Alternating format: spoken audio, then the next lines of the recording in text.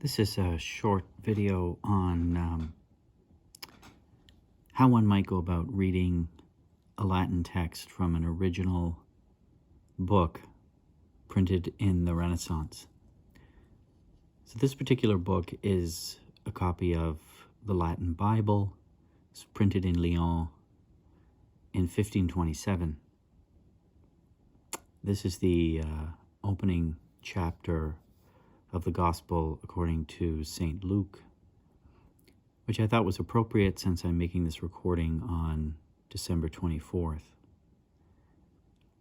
Now, you may think that if you've got a basic understanding of Latin, that it would be a fairly straightforward thing to simply go to an original text like this and read it in a with a certain degree of ease. But one of the things that you're going to encounter is that these early printers, and this is something they inherited from the manuscript age, they often contracted the words, sometimes quite severely, in order to save space. You have to remember that one of the most expensive things for early printers was paper. And so it was possible to print a book using fewer sheets of paper, and that's something that they would definitely take advantage of. So let's take a look at some of this Latin. You can see what I'm talking about. Fuit in deibus Herodis regis. Now, this word looks a bit strange because there are missing letters.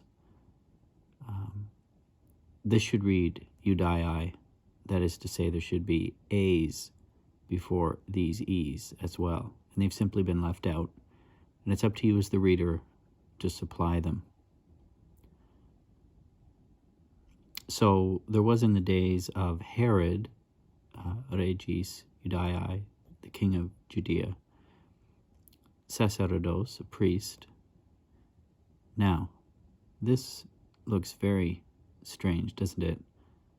It looks a little bit like a G, and of course that's something else that you have to struggle with, perhaps, is to get used to the different fonts. This is a very, very beautiful font, but it does take a little bit of getting used to before you can read it with any sort of fluidity. That's actually a Q, not a G. QDA. This little mark over the A lets you know that there are missing letters from this word. And it's up to you to fill them in. And you would do that using context, and you would also become accustomed to certain kinds of contractions and what words might be printed to look like, although they're not always contracted. So what's actually missing from here? Well, usually this indicates that the letter following the word, or the letter following the letter that is so marked, is missing, and it's often an N or an M. And in this case, there is a missing M here, but there's also two missing letters before the D, Q, U, I, D, A, M. So, sacerdos quidem, a certain priest. So half this word is missing. Here's another word. This is an I, of course, but this is a slightly more than just a dot over the I.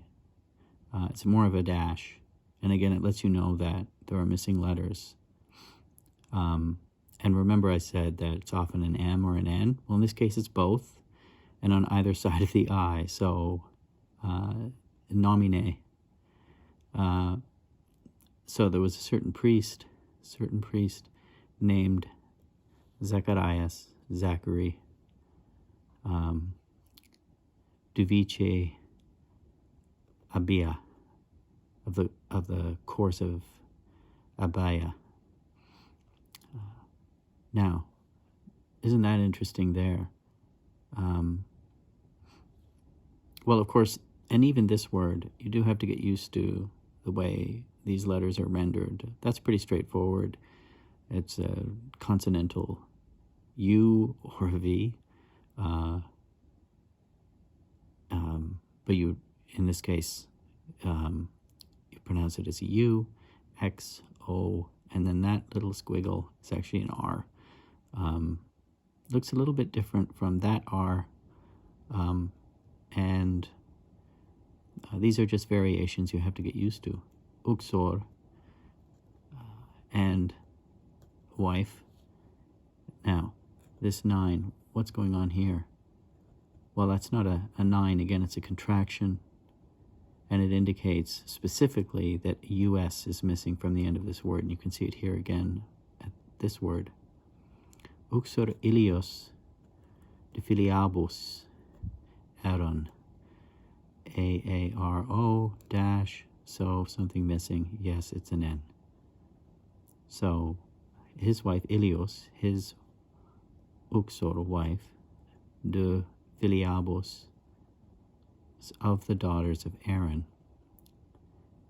That little squiggle is et, and nomen. There's this again. So what's this word? It's not ae, right? Eos. Et nomen eos, and her name was Elizabeth. Nomen eos Elizabeth. Now this isn't eret, is it? Because it's this dash, so it's Erant. Erant.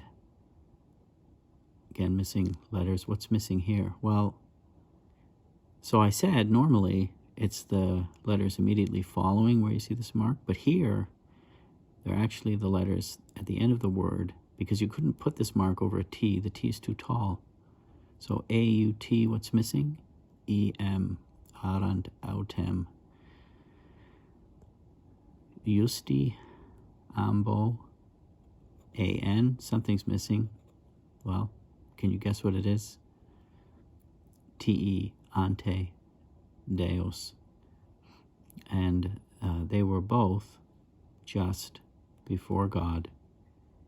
Incidentes, missing N here, incidentes, walking in omnibus, there's that 9 again, mandatis, in all the commandments, and justificationibus.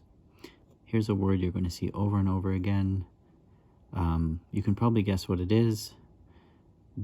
Half of it's missing, so if you can guess, well done. Domini. So D-O-M-I-N-I. So again, 3 of the 6 letters are not printed. And justifications of the Lord. Sine, something missing here, it's a U. Querla, without blame.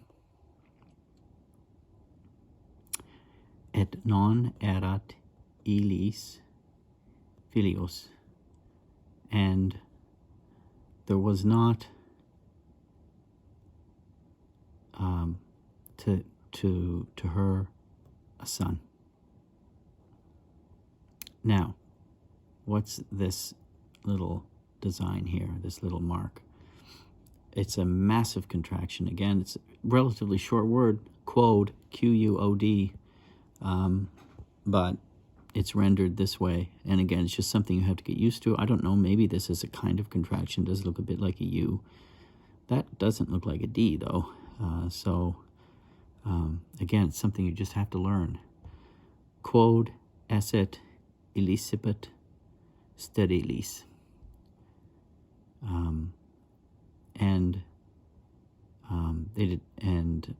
There was not a son to her because Elizabeth was barren. And now here's another strange thing that you have to get accustomed to. This P just floating out here by itself actually belongs to this word. But if you attach the P to theirs, you get PC. That doesn't make sense.